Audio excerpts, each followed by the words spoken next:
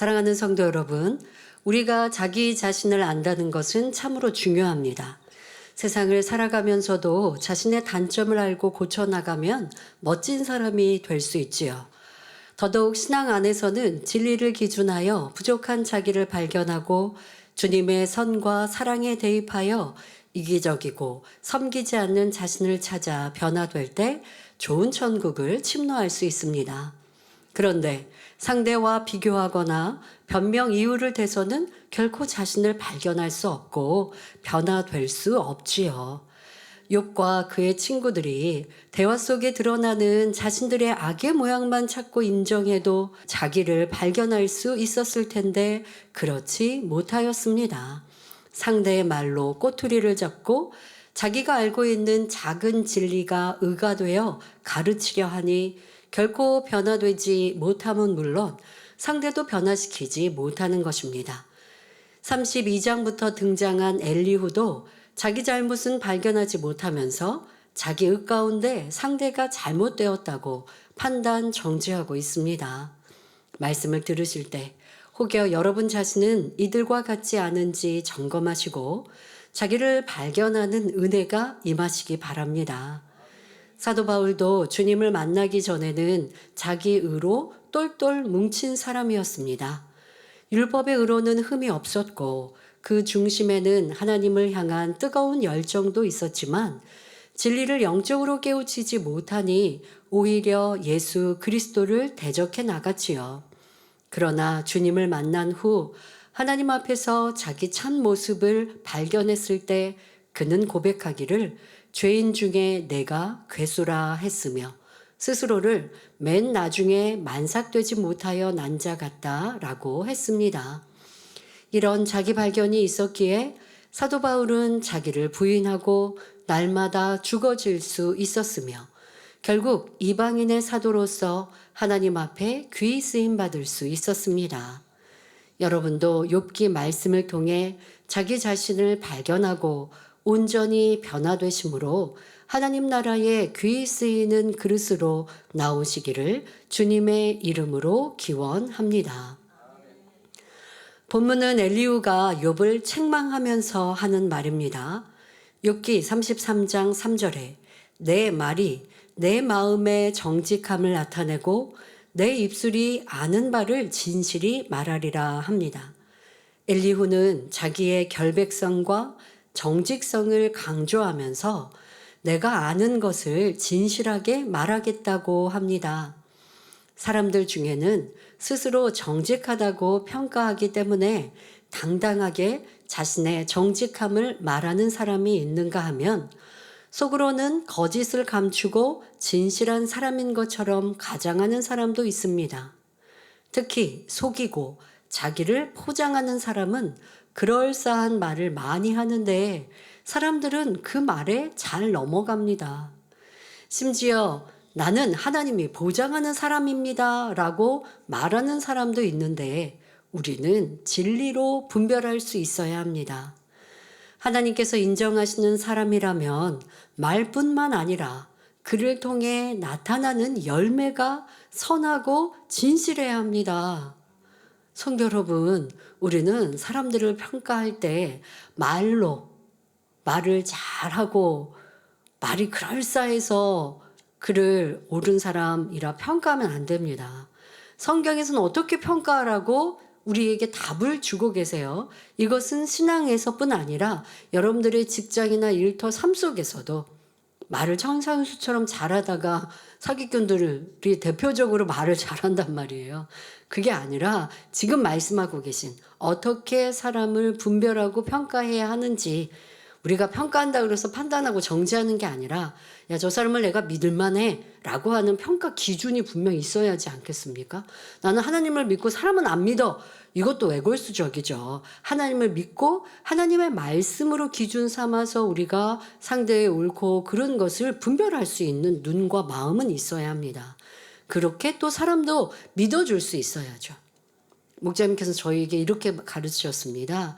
사람을 믿지 말라고. 사람을 믿지 말라고. 그런데 모두를 믿어주라고. 참 앞뒤가 안 맞는 말 같지 않습니까? 예, 사람을 믿지 말라는 건 사람의 말, 또 사람을 믿어가지고 그 실수하거나 어려움을 당하는 일들, 그러니까 하나님을 믿고 신뢰하고 의뢰하는 건 전폭적으로 해야 합니다만은 사람에게 그렇게 의지했다가는 속임수를 당하기도 하고 어려움을 당할 수 있다라는 걸 항상 인지해라라는 것이죠. 그리고 모두를 믿어주라는 건 주 안에서는 다 믿어주라는 거예요. 부족한 사람도 아직 온전치 않은 사람도 저 사람도 변화될 거야 라고 믿어주고, 또 아직 진실치 않은 사람도 당장 성령 충만하면 저 잘할게요 한단 말이에요. 그런데 볼 때 아유 뭐 내일 가면 똑같을 건데 이렇게 안 믿어주면 누가 그 품 안에 들어오고 함께 일할 수 있겠습니까? 아직 부족할지라도 그래 잘할 거야, 그래 믿어, 하면 할 수 있어, 이렇게 해야 함께 더 좋은 천국에 가고 하나님의 일을 이루잖아요. 그러니까 그런 뜻으로 말씀해 주신 것이죠. 그래서 여러분들도 진리 안에서 모든 사람을 믿어주되, 그러나 믿다가 어려움을 당하면 안 되고요, 속임수 당하면 안 되고요, 그렇지 않는 방법, 분별할 수 있는 방법을 성경에서는 알려주십니다. 바로 마태복음 7장 20절에 이러므로 그의 열매로 그들을 알리라 했고, 고린도전서 4장 20절에는 하나님의 나라는 말에 있지 아니하고 오직 능력에 있음이라 말씀하셨습니다. 그러나 여러분들이 서로 간에 주 안에서, 교회 안에서 나는 이렇게 축복을 많이 받아요 라고 하고, 또 내가 열심히 많이 기도하고 하나님과 교통하는 것처럼 말해요. 그러면 우리가 그런 사람은 붙잡지 않겠습니까? 그런데 그 사람의 삶에는 어려움이 있고 힘듦이 있어요. 문제가 많아요. 그러면 어떻게 그 하나님과 교통한다는 말을 믿겠습니까? 그러니까 열매가 없는 가지만 무성한 거죠. 믿을 수 없는 거예요. 그런데 그 사람은 스스로 말을 하는 것보다 삶에 넘치는 간증이 있고 또 하나님의 응답과 축복이 넘칩니다. 그런 사람의 가끔 하는 말이 내가 열심히 기도하여 하나님께서 이렇게 응답해 주십니다 하면 그런 사람들은 믿을 수가 있는 것이죠.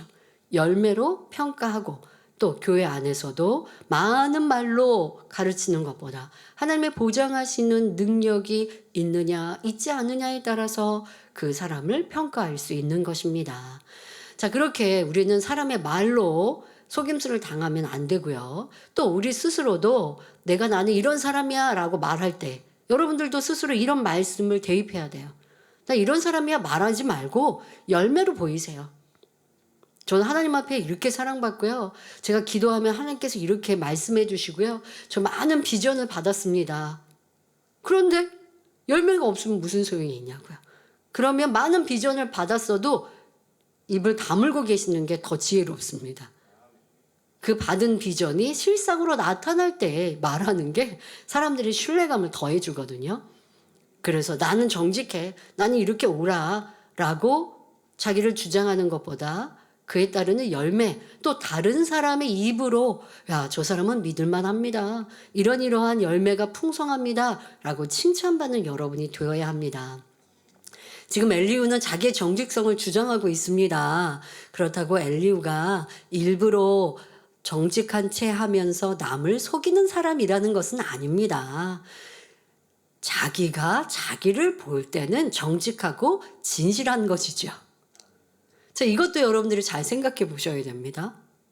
사람들이 나를 볼 때 능력이 있어요, 당신은 대단해요, 이렇게 당신은 참 선해요, 사랑이 많아요, 정직한 사람인 것 같습니다, 이런 칭찬을 받아야지, 나는 능력도 많고 나는 지혜롭고 나는 이렇게 뭣도 잘하고 내 스스로 주장하고 있으면 무슨 소용이 있겠습니까?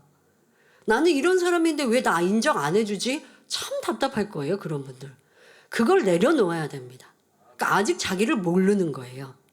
정말 정직하고 실력 있는 사람은 다른 사람들이 인정하는 거예요. 그런데 내가 그렇지 못하니 쓰임받지 못하는 건데, 쓰임받지 못한다고 답답해하고 다른 사람들이 나를 이렇게 모른다고 서운해하고 있는 그 자체가 자기를 모르는 것이죠. 오늘 제목은 자기를 알자 3번째인데, 그런 분들 자기를 알아야 돼요. 나는 왜 이렇게 답답할까? 내 삶은 이 사람 저 사람 왜 나 안 알아주니까 답답한 거예요. 이 속상한 거예요. 속이 터질 것 같아요. 그게 왜 그런다고요? 교만함인 거예요. 열매로 보이면 되는데 말로만 하고 있고 자기를 그렇게 높이고 있는 모습이라는 거죠. 엘리후가 지금 그러고 있습니다. 자기 스스로 정직하다 생각하니까 그렇게 주장합니다. 그러니 연장자들 앞에 노를 바라면서 당당히 따지고 가르칠 수 있는 것입니다. 그러나 그의 정직성을 누가 보증해 줄 수 있을까요?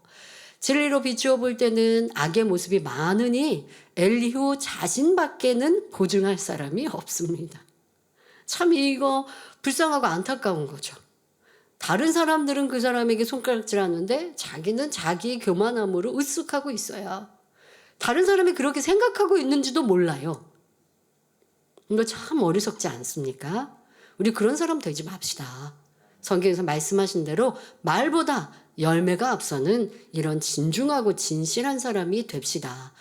만일 하나님 보시기에 엘리후가 정직하고 진실하다면 그가 평가한 대로 욥은 나쁜 사람이 되어야 합니다. 하지만 욥은 일반 사람들보다 훨씬 선한 사람이었으며 하나님의 관심과 주목을 받을 만큼 정직한 사람이었음을 여러 차례 말씀드렸습니다.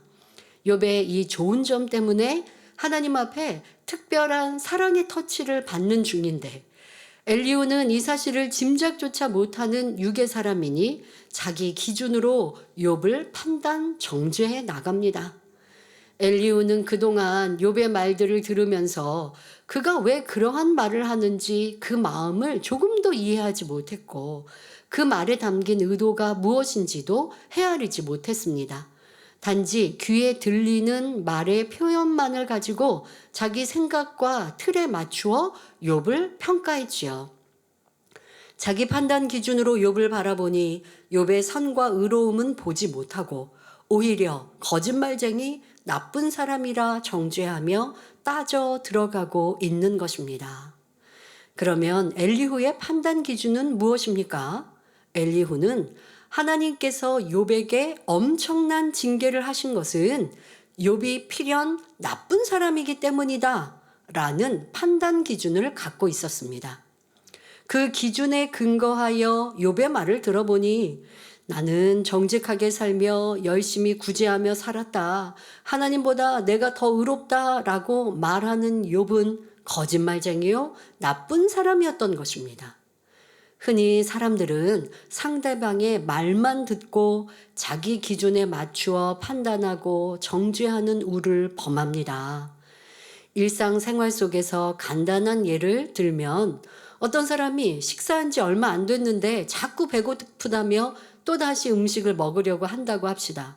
이때 아유, 저 사람은 조금 전에 밥을 먹어놓고 또 배고프다고 하네. 참 거짓말도 잘해. 식탐이 있어서 그런 거겠지. 이렇게 생각하고 말한다면 얼마나 상대를 염치 없는 사람으로 만드는 것입니까? 상대는 아직 자기의 양이 차지 않아서 배고픔을 느낀 건데 이를 헤아리지 못하는 사람은 자기 기준으로 상대를 판단하는 것이죠. 그러므로 자기 생각에서 분별하는 것은 참된 의가 아니며 자기의 상식 속에 머무는 진실은 진실이 아님을 알아야 합니다. 아니, A라는 사람을 보니까 그 사람은 내 앞에서는 말을 막 거칠게 합니다. 지적도 잘하고 감정 표현도 막 이렇게 좀 사람들이 왜 저 사람은 좀 이기적이다라고 말하는 이런 모습으로 내가 느낀단 말이에요. 아, 그래서 저 사람은 거칠고 막 왜 이렇게 말을 하고 싶은 말 그냥 다 하고 살지? 뭐 이렇게 생각했던 사람이에요. 그런데 그 사람이 좀 윗사람, 좀 어려운 사람 한 자리 만나게 됐는데 상냥하게 말하고 조금 기분 나쁠 것도 같은데 자기가 그렇게 표현하지 않아요. 그러니까 그 사람을 보고 앞서서 판단했던 사람이 생각합니다. 야, 저 사람은 저렇게 얼굴이 여기 모양 저기 모양이 다르네. 전에는 뭐 하고 싶은 대로 말 다 놓고 지금은 좀 잘 보여야 되는 사람이 있으니까 말을 저렇게 하지 않네? 라고 또 감정이 상합니다. 그러면 선한 사람이 보면 뭐라고 할까요? 뭐라고 생각할까요? 야, 다행이다. 그래도 어려운 사람 앞에서는 어려워할 줄 아네. 이렇게 생각하면 안 됩니까, 여러분? 자기 표현 막 하는 사람은 어려운 자리에서도 막 자기 표현하잖아. 그거보다 나은 거 아닙니까? 그런데 그 사람이 내가 영 싫으니까, 저 사람은 그때는 내 앞에서는 막 함부로 말하고 행동하더니 지금은 안 그러네. 잘 보이려고 하나 보지. 이렇게 말하더라는 거죠. 내 생각대로 싫은 감정들로 표현하고 판단하고 없이 여기는 이러한 마음들, 그 사람이 약한 게 아니라 내 안에 악임을 알아야 합니다. 우리는 엘리후처럼 자기 보기에 정직함이 아니라 하나님과 모든 사람 앞에 행함과 열매로서 정직과 진실을 인정받을 수 있어야 하겠습니다. 그래서 여러분들이 교회 안에서나 사회생활하거나 어느 누구에게나 또 사람과의 관계에서요, 왜 나 안 알아주지? 이게 얼마나 서운한 말이고, 또 여러분들이 스스로가 참 수치스러운 생각이라는 걸 알아야 돼요. 열매가 있으면 인정받고 하나님께서도 귀 쓸만하면 쓰시는 거예요. 나 이거 잘할 수 있을 것 같은데 왜 나한테는 기회를 안 주지? 저렇게 나누시나? 그러지 마세요, 여러분. 필요한 사람은 그대로 쓰는 거예요. 근데 나는 이거는 잘하지만 내가 하나님 사랑함이 없어서 쓰임 못 받을 수도 있고 여러 가지 다 이유가 있는 것이니 그럴 때면 자기를 찾으시면 되겠습니다. 사회생활을 할 때도 그렇고요. 어느 곳에든지 나를 찾아가는, 지금처럼 나를 주장하지 마시고요. 나를 겸비 발견하려고 하면 성령님께서 깨우쳐 주실 것입니다. 이어지는 본문을 보면 엘리후는 욥기 33장 4절에 하나님의 신이 나를 지으셨고 전능자의 기운이 나를 살리시느니라 말합니다. 엘리후는 창조주 하나님을 믿고 그 능력을 인정하는 사람임을 알 수 있지요. 사람이 어디서 와서 무엇 때문에 살며 어디로 가는지 대략적인 지식은 갖고 있었던 것입니다. 죽은 후에는 하나님의 심판이 있을 것이므로 죄짓지 말고 진실하게 살아야 한다는 것도 선진들로부터 들어서 알고 있었지요. 이 젊은이는 그래도 선한 양심을 가지고 진실을 쫓고자 하는 마음이 있었기 때문에 신의 존재에 대해 들었을 때 마음에 받아들이고 인정했던 것입니다. 오늘날 하나님의 살아계신 증거를 보여주며 복음을 전해도 도무지 믿지 않는 사람들에 비하면 엘리후는 자기 나름대로의 의 속에 살려고 하는 사람이었지요. 하지만 그는 자기적인 의 가운데 욥과 새 친구들의 대화를 들으니 심히 답답했습니다. 그래서 이 답답함을 해소할 겸 또 욥을 깨우쳐 줄 겸 자기의 의 속에서 자기의 정직함과 진실함을 말합니다. 우리는 엘리후의 말을 통해서 자기 자신을 발견할 수 있어야 하며 자기 의라는 것이 얼마나 잘못되었다는 것을 알아야 합니다. 자기 의를 발견하여 온전히 벗어버려야만 하나님이 원하시는 참된 의인이 될 뿐 아니라 어떤 문제도 해결받을 수 있으며 모든 마음의 소원을 응답받을 수 있기 때문입니다. 자, 여러분들이 여기서 자기 의라는 것에 대해서 지금 우리 욥기 강의는 자기 의, 이거 참 많이 설명하고 있는데요. 단어도 많이 사용합니다. 그 개념을 여러분들이 아셔야 돼요. 의라고 하는 건 옳다라는 것입니다. 자, 근데 이 옳다라고 하는 의를 설명할 때는 꼭 하나님의 의와 세상의 의, 하나님의 의와 사람의 의가 다르다라고 말씀하시죠. 그러면 대표적인 의는 사람은 내가 높아지려면 내가 인정받으려고 애쓰고 다른 사람을 깔고 일어서도 내가 높아질 수 있으면 그래야 합니다. 그러나 하나님의 의 안에서는 높아지려면 낮아져라 말씀하시죠. 이렇게 세상의 의, 사람의 의와 하나님의 의가 다르다라고 표현합니다. 그런데 욥기 강해에서 지금 또 다른 표현을 하고 계세요. 자기 의를 인용할 때에 하나님의 절대적인 진리를 가지고 상대를 평가하는 것, 평가하는 데서 이 진리가 이러니까 너는 이게 틀렸어, 맞았어 하는 것 그 자체도 자기 의라는 겁니다. 여러분, 의는 하나님의 진리에만이 의입니다. 하나님의 진리는 하나만 있는 게 아니거든요. 저 사람이, 우리 지금 엘리후가 앞서서 말씀드린 것처럼 엘리후가 알고 있는 진리는 잘못한 사람에게는 죄의 대가가 따르는 거야. 재앙을 만났어? 그 사람은 죄를 지었으니까 재앙을 만났지. 여러분, 이 말이 틀리지는 않잖아요. 우리가 항상 자기를 발견하자라고 할 때, 회개하자라고 할 때, 내가 시험할란가 질병과 문제가 왔으면 하나님의 무엇이 잘못됐는지를 발견해야 됩니다. 이것부터 우리가 설명하지 않습니까? 자, 그게 바로 우리가 진리의 의로 자리 잡아 있어요. 그렇다 보면 누가 병들면 당신 왜 아파? 돌아봐. 이렇게 된단 말이에요. 그러니까 이 돌아봐는 틀리지가 않는 말이에요. 이거는 절대적인 정답과 같아요. 그러나 여러분들이 그걸 아무데나 갖다 쓰다가는 여러분이 틀린 사람이 되는 거예요. 왜? 욥처럼 하나님이 특수한 특별한 일이 있을 수 있는 거거든요. 그러니까 지금 이런 한 예처럼 하나님의 진리를 가지고 여러분들이, 그러니까 쉽게 말하면 진리는 판단하지 말고 정죄하지 말라고 하셨어요. 이것부터가 틀렸잖아요. 진리를 가지고 상대를 평가하고 있는 이것 자체가, 여러분들이 분별하는 성령의 음성을 들어서 분별한다면 이거는 판단 정죄했다 하지 않는데, 그렇지 않고 누구를 비판을 하거나 저 사람은 왜 그렇지? 라고 하는 갸우뚱하는 눈, 뾰족한 눈, 사랑이 없는 마음으로 그 사람에 대해 평가한다면 그것 자체가 판단의 시작이거든요. 그 안에서 어떠한 하나님의 정답을 가지고 잣대를 댄다 할지라도 자기 의가 동원될 수 있는 거예요. 정확하게 성령의 음성을 듣고 A는 A고 이거는 이렇게 틀렸고요. 이거는 이렇고요. 여기선 왜 틀렸고요. 이거는 맞는 것 같은데 이건 틀렸어요. 욥에게 우린 그렇게 얘기해야 되거든요. 욥은 행위적으로 맞습니다. 그러나 마음 중심에서는 하나님을 두려워한 것이, 이것이 잘못되어 이런 연단을 받습니다. 이게 정답인데 친구들은 지금 그걸 못 해주고 있잖아요. 그걸 못 해주고 하나의 알고 있는 진리의 잣대로 너 틀렸어. 맞는 것도 틀렸다고 자꾸 얘기한단 말이에요. 이게 뭐예요? 자꾸 변론하다 보니까 처음에는 너가 연단을 받는 이유가, 재앙을 만난 이유가 하나님의 뭔가 잘못이 있지 않을까? 이렇게 시작했던 말이 욥이 자꾸 변명하고 이유하니까 아니야, 너 다 잘못했어. 이렇게 감정 섞인 말로 나오더라는 것이죠.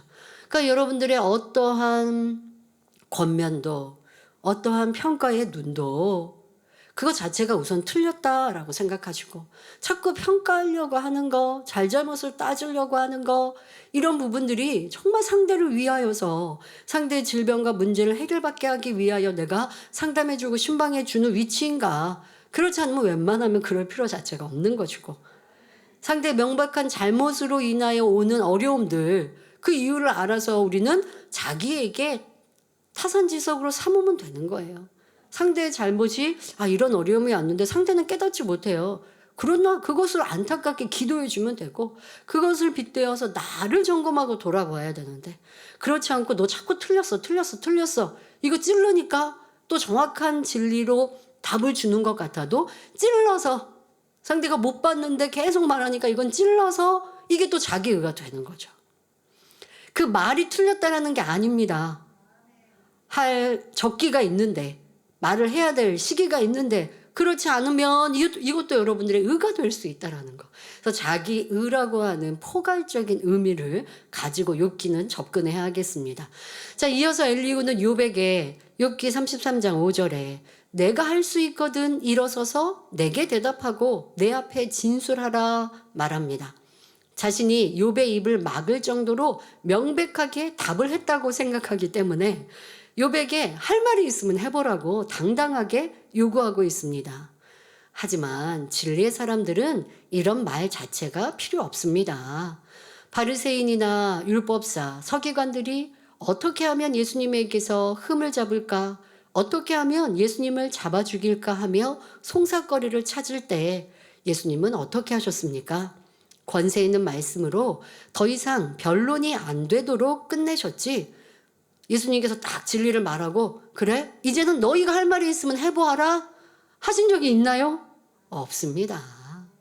악한 사람들의 어떤 질문에도 정확한 답을 하심으로 말문이 막히게 하셨을 뿐 상대를 곤란하게 하지는 않으셨죠. 그러니까 예수님의 정확한 답에 이들이 악한 의도로 나왔지만 할 말을 잃었어요. 그런데 사람들은 어떠한 줄 아십니까? 상대가 당황하고 할 말을 잃으면 내가 저 사람에게 홈런을 쳤어. 이렇게 말도 못할 정도로 저렇게 했지? 그러면 당당하게 너도 할 말 있으면 해봐. 왜? 입 있는데 왜 말 못해?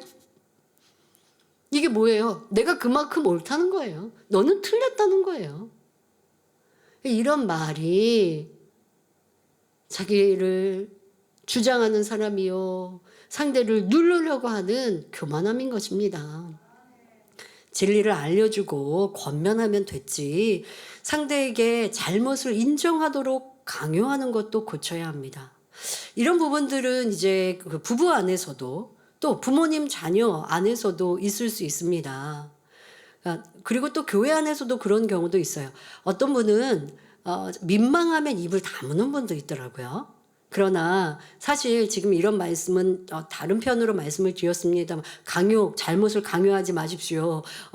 죄의 인정을 강요하지 마십시오라고 하는 면을 말씀드리지만, 다른 면으로 잘못은 시인하고 인정하는 사람이 되어야 더 발전됩니다. 자, 그런데 성격상 민망하면 입을 다무는 분이 있을 수 있어요. 그런 분들한테 잘못을 자꾸 인정하게 하려고 하면 상대방은 점점점 뒤로 물러서게 되는 거예요. 사람마다 성격이 달라서 깨달았는데 지금 고백하지 못하는 사람도 있거든요. 이런 것도 잘 알아야 합니다. 사람과의 관계에서도 이거 고치시길 바랍니다. 근데 우리가 그런 생각하잖아요. 상대방을 보니까 이게 잘못한 거 알아 몰라?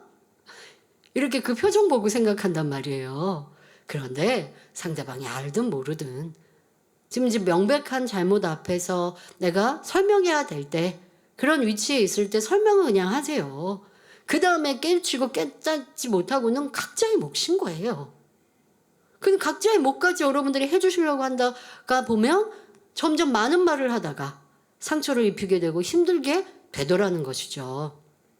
이러한 모습들 고치시면 좋겠고요. 어떤 경우는 잘못한 걸 상대방이 알까봐, 때로는 내가 알고 있는 걸 모른 척 해주는 큰 마음을 가지면 더 좋지 않을까요? 왜? 상대가 이거 민망하지 않을까? 이거 실수했는데 그거 무슨 죄도 아니고 그 실수한 걸 굳이 내가 짚어서 얘기 안 하면 그 사람이 못 고칠까, 이럴 필요 없어요.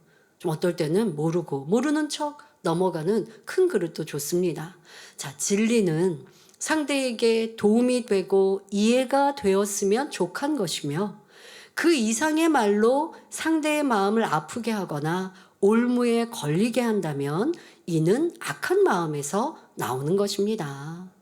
대화를 통해 상대로 하여금 회개하게, 자기가 잘못을 느낄 수 있도록 하는 것까지는 좋지만, 이로써 상대를 굴복시키려고 하는 것은 악임을 알아야 합니다.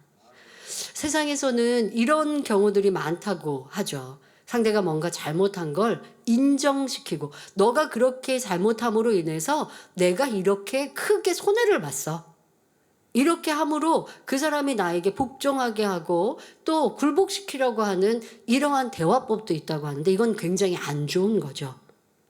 그런 사람들하고는 가까이 하지 마세요라고 말을 하는 것도 들어보는데요. 여러분은 어떠한 사람인가? 상대의 실수와 잘못을 잘못했다라고 꼭 들어야 마십니까, 이게? 이런 거 하지 맙시다, 여러분. 또 굳이 지적 안 해도, 지적 안 하면 모를까봐 그랬어요. 성령께서 깨우쳐 주시기를 바라면 되고, 10가지 잘못한 것에 두세 번 지적하고 권면했으면 됐지, 10번 다 굳이 지적할 필요도 없는 것이고, 그러면 지적하지 않는 사람은 큰 사람이 되는 거예요. 난 맨날 어디 가서 손해만 보나? 내가 지적하고 권면 안 하면 저 사람이 나를 제대로 못 섬기는 거 아닌가? 섬김 안 받고 내가 큰 사람이 되고 내가 더 섬겨주면 되잖아요. 그러니까 여러분들이 손해보는 일 하나도 없습니다. 나는 어떠한 사람인가? 우리가 언어의 습관에 대해서도 특히 가까운 사람들과 나는 어떤 사람인가? 하나, 둘, 셋, 넷, 다섯 매번 지적하고 가르치는 입장인가? 아니면 한 번 했으면 두 번, 세 번 익숙해질 때까지의 시간도 필요한 것이고, 내가 한 번 한 말이 여운으로 남아서 그 사람이 시간이 지나면서 또 깨달을 수도 있는 거예요.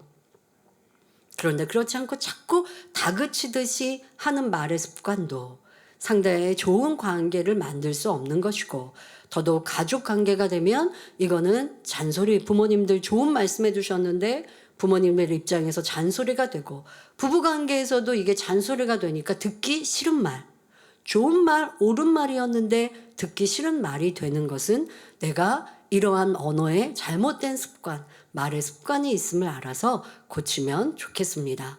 자, 엘리후의 말이 계속됩니다. 욥기 3장 6절부터 7절에 나와 내가 하나님 앞에서 일반이니 나도 흙으로 지으심을 입었은즉 내 위엄으로는 너를 두렵게 하지 못하고 내 권세로는 너를 누르지 못하느니라 말합니다. 모든 사람은 동일하게 흙으로 지음받은 존재입니다. 세상에서는 지위나 직급에 따라서 사람을 평가하는 경향이 있지만 창조주 하나님 앞에서 인생들은 모두 피조물로서 동등한 존재입니다. 그래서 엘리후는 욥 너나 나나 흙으로 지음받은 것은 일반이다 라고 말한 것입니다. 그런데 위엄과 권세는 자신보다 욥이 월등하다고 말하고 있습니다. 여기서 말하는 위엄이란 욥의 지식과 학문으로 갖춘 인품을 말하며, 권세란 부의 넘침에서 오는 힘을 말합니다. 하나님 앞에 흙으로 지음받은 것은 동일하지만 욥의 지식이나 권세 등은 엘리후가 감히 따라갈 수가 없음을 설명하고 있는 것이지요. 엘리후의 말대로 욥은 인품이 뛰어나고 부귀 권세도 있는 사람이었습니다. 하지만 부와 권세를 자기만 누린 것이 아니라 어려운 이웃에게 두루 베풀었으며 종을 대할 때도 주인으로서 학대하지 않았고 평등하게 대우해 주었습니다. 이렇게 인품이 뛰어나고 덕이 높았던 욥도 하나님 앞에 연단받고 있다는 사실을 염두에 두고 우리는 자기 자신을 잘 살펴보아야 합니다. 혹여 마음속으로라도 부유하다고 해서 가난한 사람을 업신여기지는 않았는지, 학문과 지식이 높다고 해서 남을 무시하지는 않았는지 돌아보시기 바랍니다.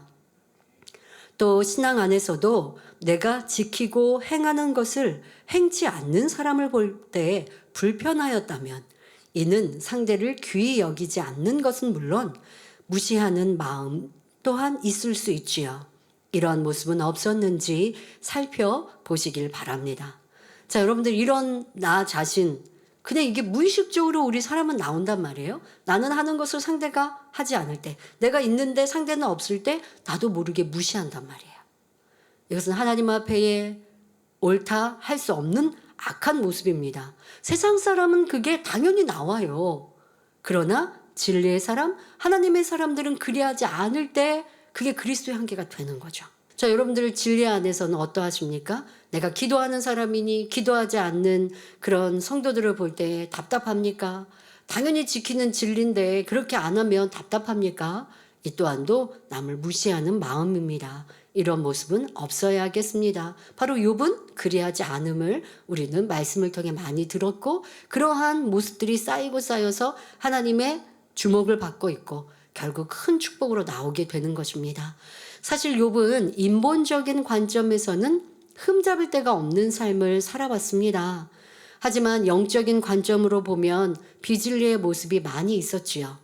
예를 들어 욥은 자기를 조롱하는 사람들에게 내 양떼 지키는 개만도 못하다 하며 저주하는 것을 볼 수 있었습니다. 영적인 의인은 결코 그런 말을 할 수가 없습니다.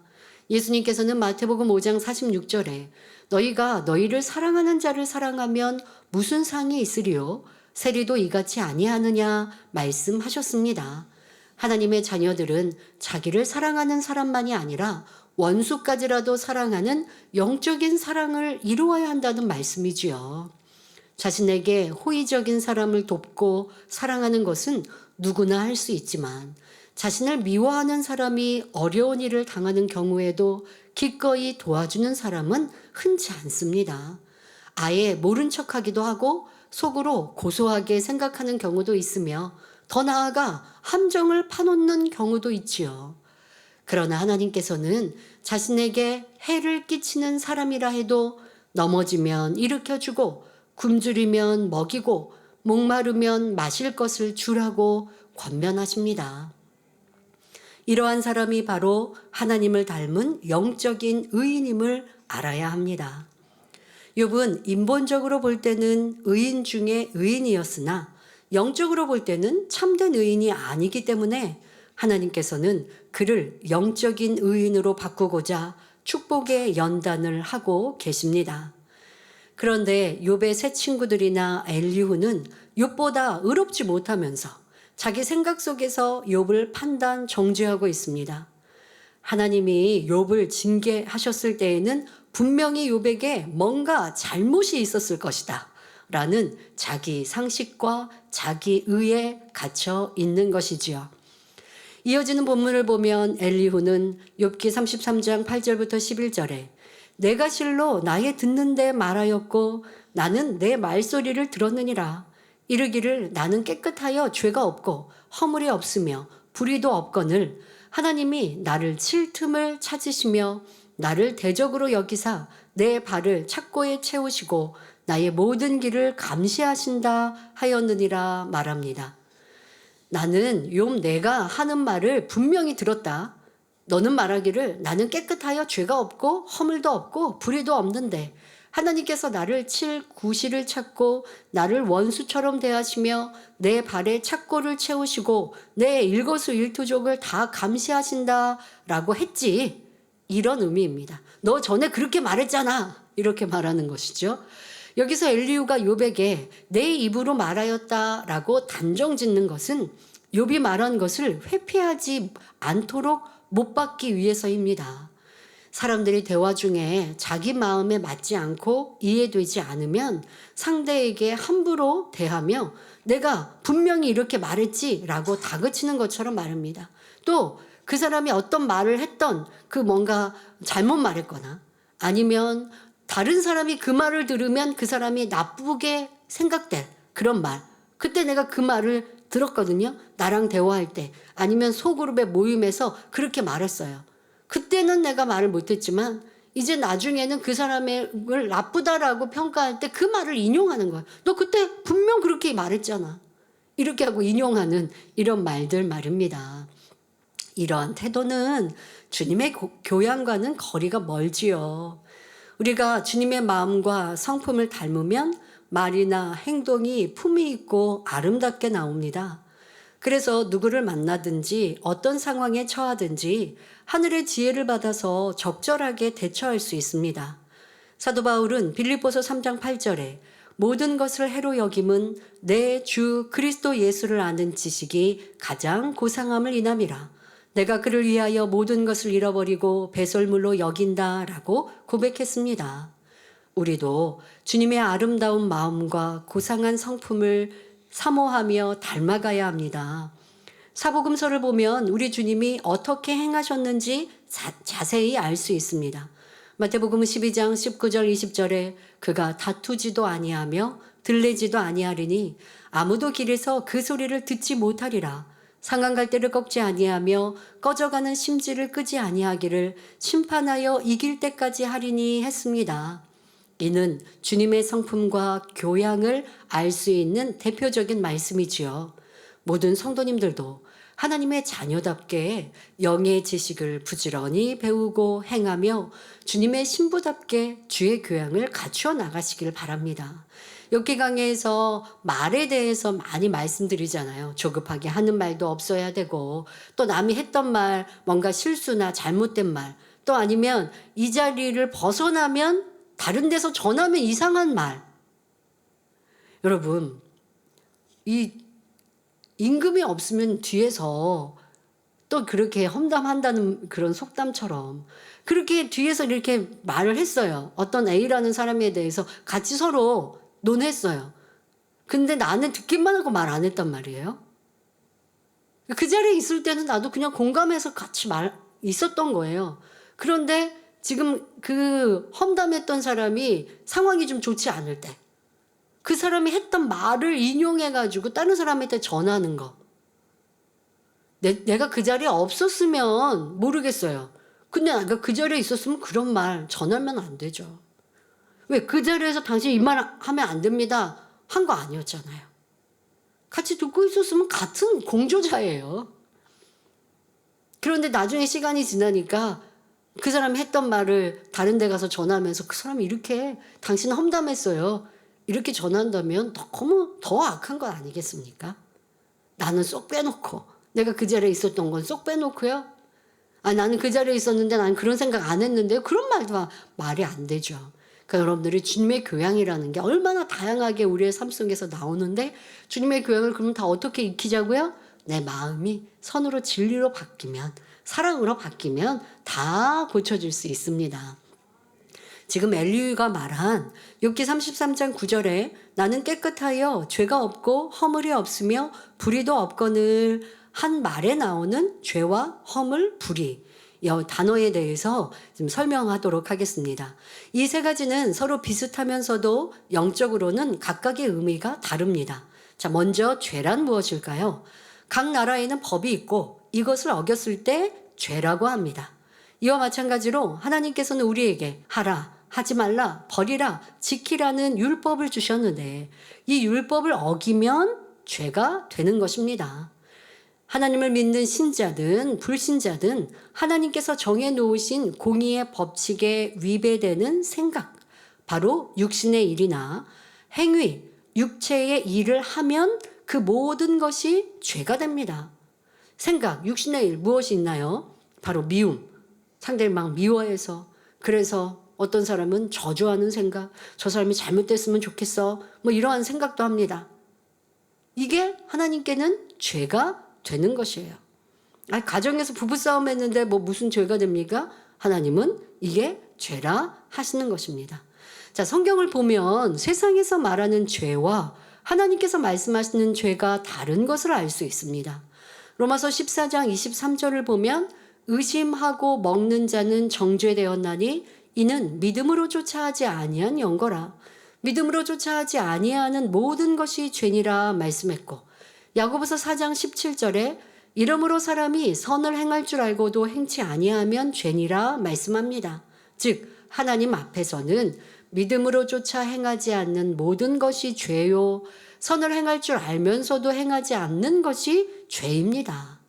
만일 이웃이 굶주리고 있는 것을 알고 있으면서 나는 새끼 밥을 먹고 그 사람을 도와주지 않는다면 하나님 보실 때 이것은 죄입니다. 선을 행해야 하는 줄 알면서도 행치 않았기 때문이죠. 그래서 로마서 7장 19절 20절을 보면 내가 원하는 바 선은 행치 아니하고 도리어 행치 아니하는 바 악을 행하게 만드는 것이 바로 죄라고 말씀하십니다. 또 요한일서 3장 4절에 죄를 짓는 자마다 불법을 행하나니 죄는 불법이라 말씀하셨습니다. 그런데 세상에서는 마음에 악이 있더라도 행동으로 옮기지 않은 이상은 법에 저촉되지 않으므로 죄가 성립되지 않습니다. 자, 세상에서 미운 생각을 갖고 있다고 죄라고 하지 않죠. 저 사람 정말 내가 죽이고 싶을 정도로 미워. 이런 뭐 말을 했다고 죄가 되지 않아요. 뭐 정말 죽여야 살인을 하거나 아니면 해코지를 하거나 폭력을 행해야 죄가 성립되는 것이죠.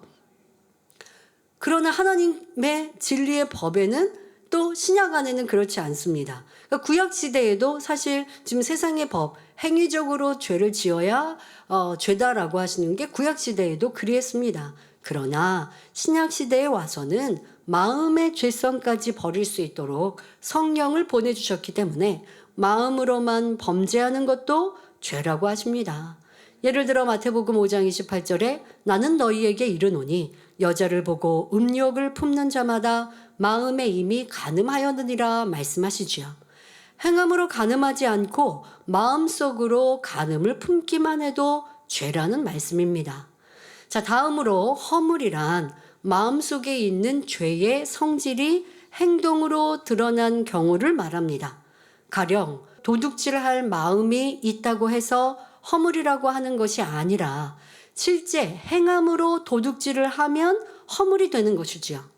그리고 허물로 나타난 것은 의로우신 하나님이 보시기에 참으로 악한 것이기 때문에 불이라 말하며 하나님의 법을 위반했기 때문에 불법을 행했다고 정죄를 내리게 됩니다. 따라서 모든 육체의 일들은 죄요, 허물이며 불이 불법입니다. 갈라디아서 5장 19절부터 21절에 육체의 일은 현저하니 곧 음행과 더러운 것과 호색과 우상숭배와 술수와 원수를 맺는 것과 분쟁과 시기와 분냄과 당짓는 것과 불리함과 이단과 투기와 술 취함과 방탕함과 또 그와 같은 것들이라. 전에 너희에게 경계한 것 같이 경계하노니 이런 일을 하는 자들은 하나님의 나라를 유업으로 받지 못할 것이요 말씀합니다.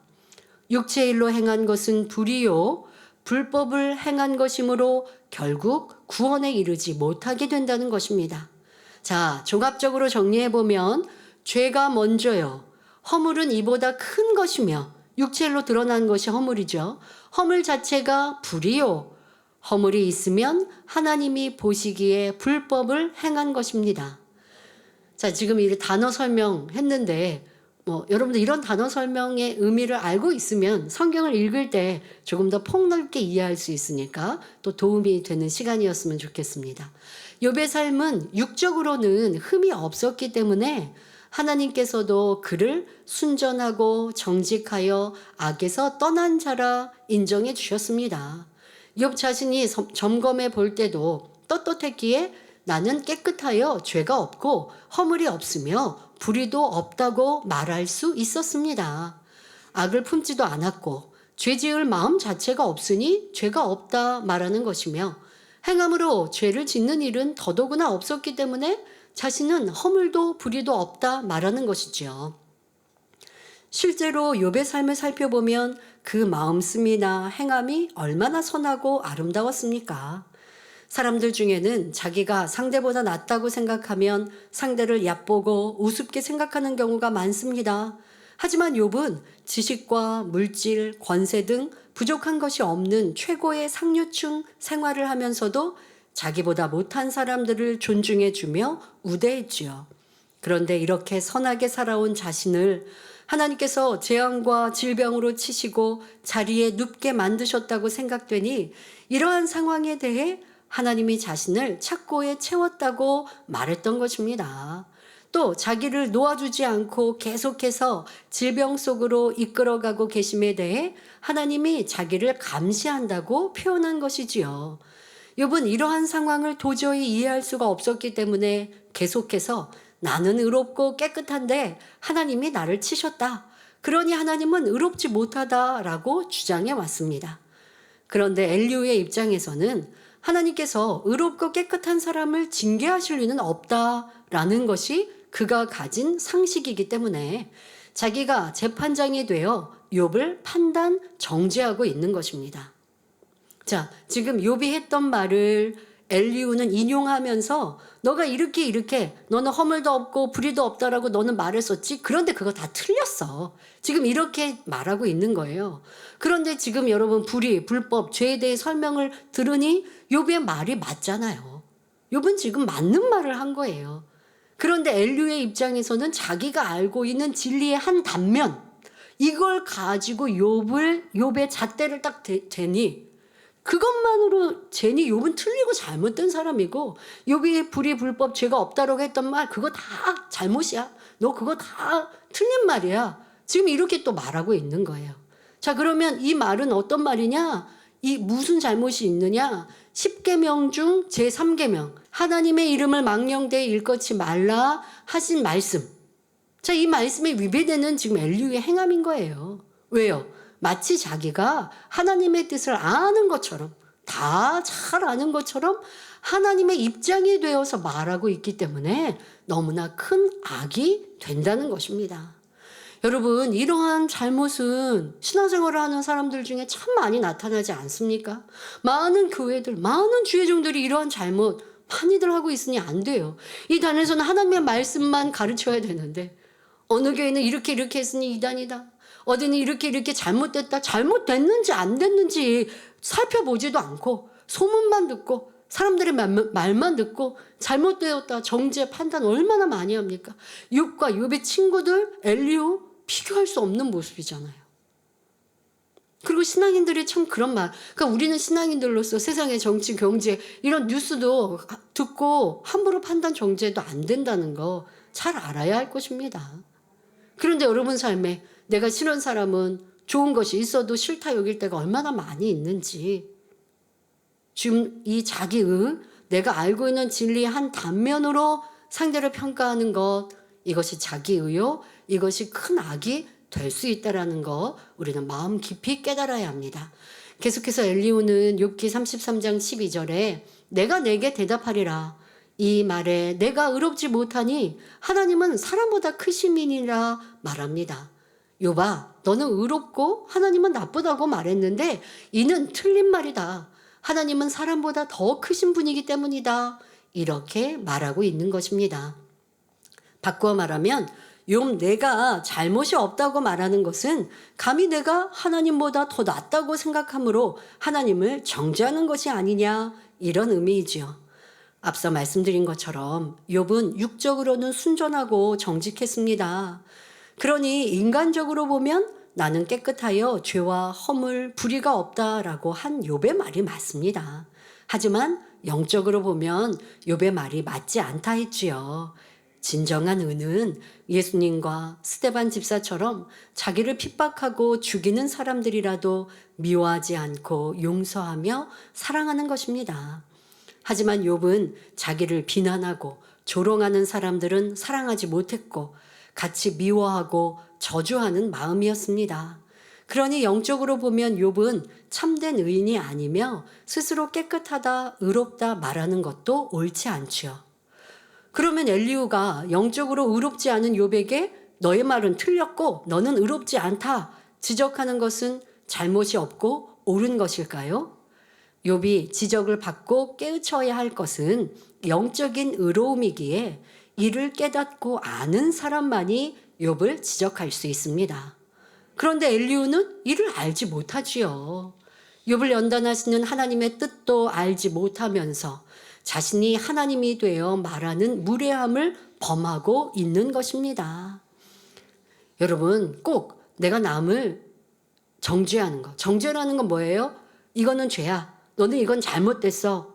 자, 이렇게 하는 것, 이렇게 할 때 누가 이렇게 할 수 있는 자격이 있다고요? 내 눈에 들보가 없고 내 눈에 티도 없는 사람이어야 가능해요. 더더욱 들보가 있는 사람이 어떻게 지적을 하고 있습니까? 그러니 잘 보이지 않는 것이죠. 이것은 성경에서는 내가 재판장이 된 거라고 말씀하고 계시는 거예요. 그럼 내가 진리를 지켜 행하는 사람은 그렇게 상대를 재판하지 않거든요. 상대의 잘못, 명백한 잘못이 있어도 아유, 저 사람 저렇게 잘못하니까 이런 어려움 당했지? 이런 마음이 없는 거예요. 명백한 잘못으로 인해 온 재앙이라 할지라도 안타까이 여기며 어떻게 하면 깨우쳐서 회개케 할까, 그런 마음인 것이죠. 그러니까 정죄가 아니고 사랑으로 권면해 줄 수 있는, 이건 너무나 큰 차이인 것이죠. 내가 지켜 행한다 해요 함부로 말하고 생각해서도 안 되지만 지켜 행하지 않으면서 평가하고 있는 건 정죄가 됨을 알아야 합니다. 또한 우리가 영적으로 알아야 할 것은 상대의 말을 들을 때 그가 왜 그런 말을 하는지 마음을 헤아릴 수 있어야 한다는 것입니다. 엘리후는 욥의 심정을 헤아리기보다는 단지 겉으로 표현되어 나오는 말만을 가지고 판단, 정죄하고 있습니다. 욥의 편에서는 아무리 진실을 말해도 욥의 친구들이나 엘리후가 진실하지 않으며 거짓된 사람이었기에 그 말을 받아주지 않았던 것입니다. 그러니 그들이 어떻게 욥에게 깨우침을 줄 수 있으며 문제를 해결해 줄 수 있겠습니까? 욥은 나중에 진실 자체이신 하나님을 대면한 후에야 비로소 깨우침을 받고 모든 문제가 해결되지요. 성도 여러분, 여러분은 시험 환난을 겪고 있는 사람을 어떤 눈으로 바라보시는지요? 혹여 자신이 재판장이 되어 상대를 판단하고 있지는 않은지, 자신의 눈 속에 있는 들보는 보지 못하고 상대의 티를 빼려고 하는 모습은 있지 않은지 돌아보시기 바랍니다. 요한복음 8장을 보면 예수님께서는 가늠한 여인의 명백한 잘못을 보시고도 정죄하지 않으시고 다만 가서 다시는 죄를 범치 말라고 권면하셨습니다. 이것이 우리에게 참된 의가 되어야 합니다. 오늘 말씀드린 주님의 성품과 교양, 사랑의 마음을 여러분의 마음과 삶 속에 적용하셔서 아름다운 영의 열매를 풍성히 맺으시길 바랍니다. 결론을 말씀드립니다. 사랑하는 성도 여러분, 욥기는 자기 자신을 알지 못하는 사람들이 나누는 대화의 장입니다. 욥의 새 친구와 엘리후는 자신의 악한 마음을 알지 못하기 때문에 거침없이 욥을 판단, 정죄해 나갔습니다. 욥 또한 자신이 옳다고 생각하기 때문에 내가 옳지 않다고 지적하는 그들의 말을 받아들일 수 없었습니다. 욥은 자신을 점검해 볼 때 아무런 죄와 허물, 불의가 없는 삶을 살았기 때문에 스스로 깨끗하고 의롭다고 생각했습니다. 오늘날로 보면 법 없이도 살 사람이라는 말을 들을 수 있을 만큼 반듯한 삶을 살았던 것이지요. 하지만 이런 사람도 막상 예수 그리스도를 영접하여 말씀을 들으면 성령의 역사 가운데 내 안에 이렇게 추하고 더러운 죄가 많이 있구나 깨닫게 됩니다. 이렇게 자기 자신을 발견하고 인정하는 것이 바로 진정한 의인으로 가는 첫 번째 관문입니다. 이때부터는 죄를 피 흘리기까지 싸워버리며 자기 보기에 의를 온전히 벗어버리고 오직 하나님 보시기에 의를 행해 나가야 합니다. 사실 자기 보기에 의를 찾는 것은 한참 좀 수준이 높은 단계예요. 명백한 비진리가 많이 있으니까요. 명백한 비진리 하라 하지 말라 이거 그냥 찾아가지고 버리는 거 먼저 하세요. 그리고 나서 내가 혹여 앞서 말씀드렸잖아요. 진리의 잣대로 내가 분별한다고 할 때에 잘못된 것 이런 것이 또 자기의 의가 있거든요. 이걸 찾으려면 많은 진리의 말씀을 지켜 행하는 믿음의 반석을 지나고 나서 할 모습이기 때문에 명백한 내 안의 비진리 찾아서 버리시고 그리고도 아직 온전치 못한 이 욥과 같이 내 자기 보기의 의 이와 같은 것을 찾아서 벗어나가면 이제 하나님 보시기에 의로운 사람이 되어갈 수 있습니다.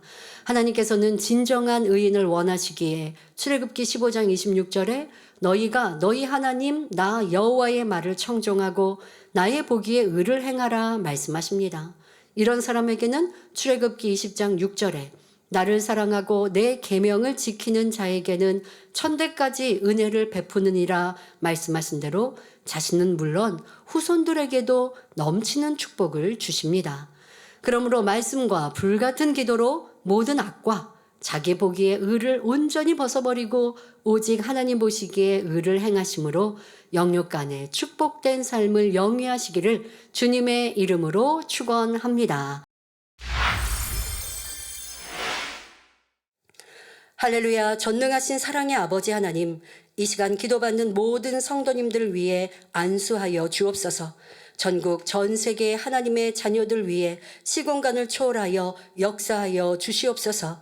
믿어지는 믿음을 주시고 부정적인 생각과 의심의 세력을 물리쳐 주옵시며 모든 시험 환난도 물리쳐 주옵소서. 머리부터 발끝까지 오장육부, 뼈, 마디마디, 온몸의 신경, 조직, 세포 등 성령의 불로 태우시고 근본의 빛으로 역사하여 주옵소서.